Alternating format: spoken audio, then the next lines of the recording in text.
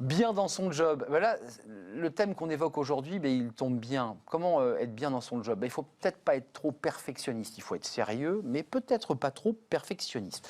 Laurence Roufouillet, merci d'être avec nous. Merci Vous de êtes m'accueillir. sophrologue. Vous avez un cabinet, vous intervenez beaucoup en entreprise. Combien d'interventions? 4500? Alors ça, c'est le nombre de personnes que j'ai, 4500 personnes que j'ai accompagnées depuis les années où je fais ça. Je viens de l'entreprise, je viens du marketing et de la communication. Et donc moi, j'ai utilisé la sophrologie au début pour moi. Et quand j'ai compris comment cet outil fonctionnait, je me suis dit que c'était peut-être intéressant de le transmettre avec cette connaissance justement du milieu de l'entreprise et du monde du travail, de la vie de tous les jours ou du télétravail depuis un an, puisqu'on a dû refaire aussi nos Évidemment. outils, non pas pour les rendre encore plus parfaits, mais surtout pour les adapter. Donc la sophrologie, c'est une méthode de relaxation qui agit à la fois sur les tensions physiques, mais aussi sur la charge mentale. Évidemment qu'il y a une incidence ensuite sur notre cerveau. Vous sortez un livre qui est passionnant, Perfectionnisme, mon meilleur ennemi, j'arrête d'en faire trop, édition Larousse.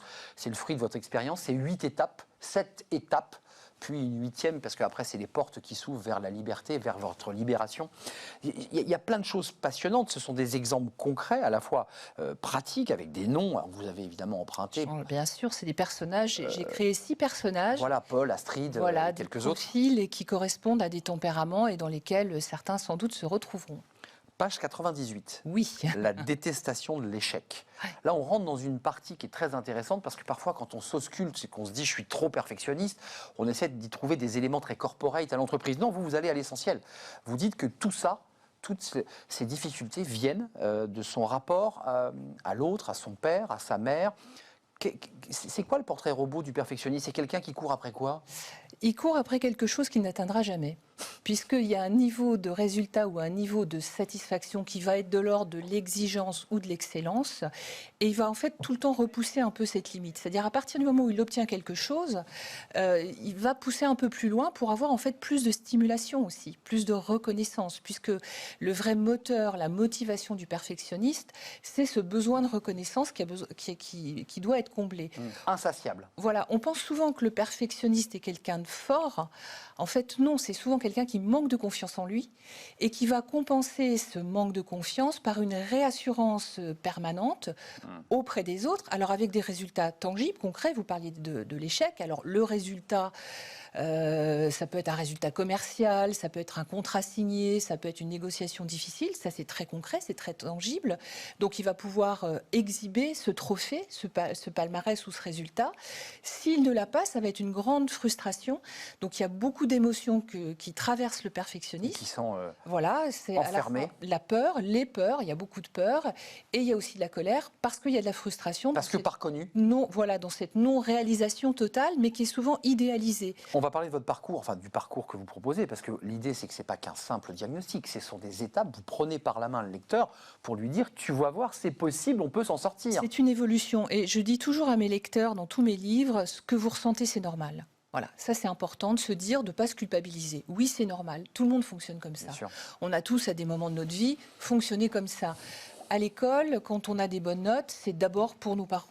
Donc cette satisfaction-là, ce retour, et qui d'ailleurs se mesure dans les appréciations scolaires, puisque souvent dans les appréciations, on va avoir peut mieux faire. Particulièrement dans nos pays européens. On note beaucoup. Voilà.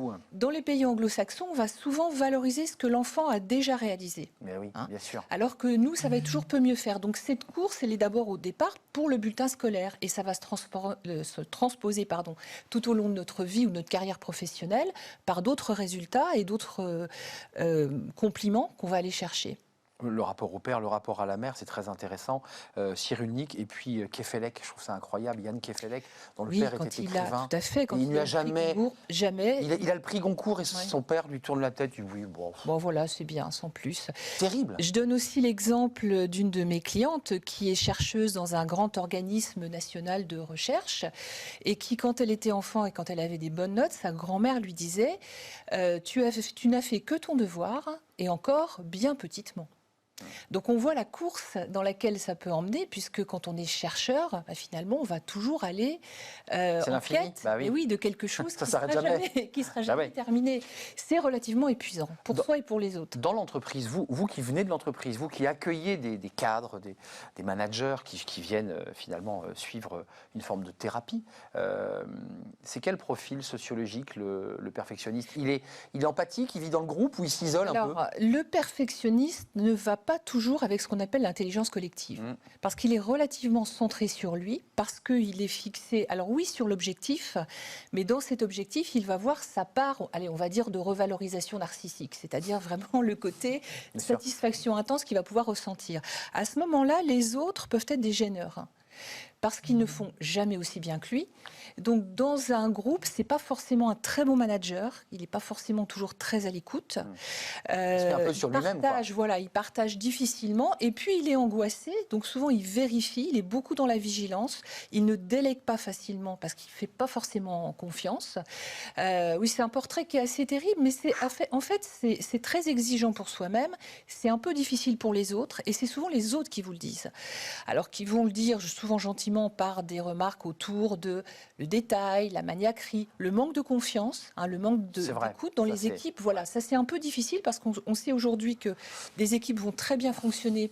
S'il y a de la confiance, il y a ce qu'on appelle justement cette latitude décisionnelle, cette capacité à être autonome dans son travail, à prendre des décisions, sans être obligé d'être fliqué, entre guillemets. Et parfois se tromper aussi. Voilà. Il faut l'accepter que l'autre se trompe. Tout à fait, ça fait partie de ce qu'on appelle la bienveillance au travail, le droit à l'erreur, et se dire c'est aussi par les erreurs qu'on apprend, puisqu'en fait, il n'y a jamais d'échec, il n'y a que des expériences. On apprend de ces expériences. Pour un perfectionniste, c'est très difficile. Alors, ça, c'est un petit peu le portrait robot, mais enfin, c'est la typologie du perfectionniste qui, au départ, est une qualité, parce qu'on peut le dire à un entretien d'embauche. Je suis très perfectionniste.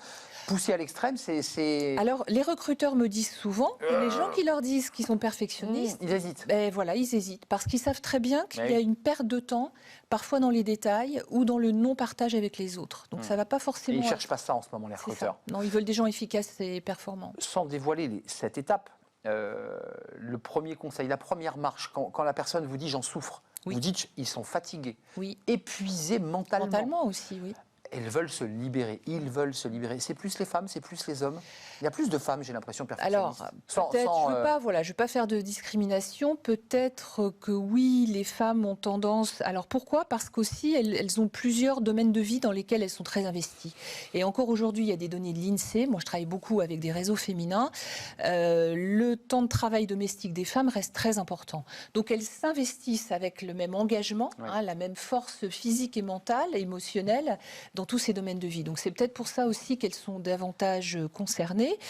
On s'en sort comment? Comment on s'en sort? Alors, la première étape, c'est la prise de conscience. Non, pas forcément. C'est long, aussi longtemps qu'on fait un bras de fer avec soi-même. C'est-à-dire qu'il faut lutter contre soi.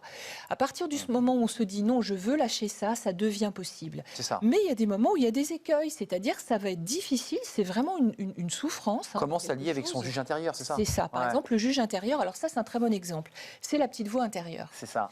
Et cette petite voix intérieure, on dit toujours c'est notre petite voix, et en fait non, pas du tout. Cette voix, elle parle avec la voix de quelqu'un. Et la première question à se poser, quand j'ai cette petite phrase, qu'est-ce que je pourrais faire de mieux? Qui parle? Est-ce que c'est vraiment moi qui parle?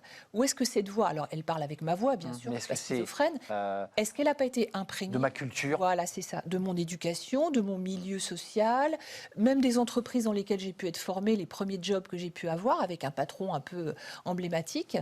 Donc tout ça, on l'a intégré et puis on le reproduit parce qu'il faut savoir que c'est une condition pour rester dans le groupe. Avant de nous quitter, c'est passionnant ce qu'on se raconte. Je pense qu'à Kefelec, par exemple, parfois il arrive que des fils ou des filles n'ont pas réglé leurs problèmes avec leur père et qu'il ne leur a pas dit « je suis fier de toi ». On arrive à se détacher de ça et on peut se détacher de son perfectionnisme malgré tout, même si on n'a pas été libéré. Alors, on ne réparera pas ce qui n'a pas été fait, mais on peut être aussi dans l'auto-évaluation.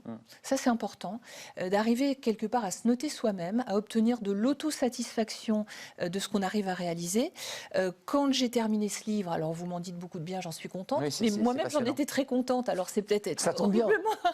Un but de non, mais vous avez dit, j'ai sorti quelque chose... Oui, parce que ça correspondait au niveau que je voulais obtenir. Alors, je peux toujours pousser plus loin. L'avantage, c'est qu'on a toujours une deadline quand on écrit un livre et que ça permet justement d'arrêter. l'équité, d'être au bon équilibre, à la bonne dose. Je vous le confirme, sinon on ne le rend jamais son livre. C'est ça. C'est ça, on veut toujours perfectionner. On va vous devenez vous-même une perfectionniste. C'est horrible. Vous êtes vous-même perfectionniste ou pas? Je l'ai été, je lutte, je m'applique la règle des 80%.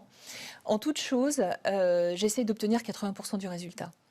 80% du résultat, c'est 80% de mon énergie, donc je suis dans le bon équilibre. Et il vous reste 20% d'espace à vous? Et bien sûr, c'est ça qui est intéressant. Sinon on se perd. Et puis pour se ressourcer, pour la créativité, pour se nourrir de l'extérieur, des événements, des choses dont on a besoin pour nos ressources personnelles. Si vous êtes habité par cette espèce d'angoisse, d'être trop perfectionniste, si vos proches, si vos collaborateurs, si votre manager, lisez donc Perfectionnisme, mon meilleur ennemi. C'est le dernier livre de Laurence Roux-Fouillé, experte, sophrologue, et vous pouvez la consulter d'ailleurs au passage. Et à mon avis, on la trouve très facilement sur Internet. Absolument. J'arrête d'en faire trop, la règle des 80%.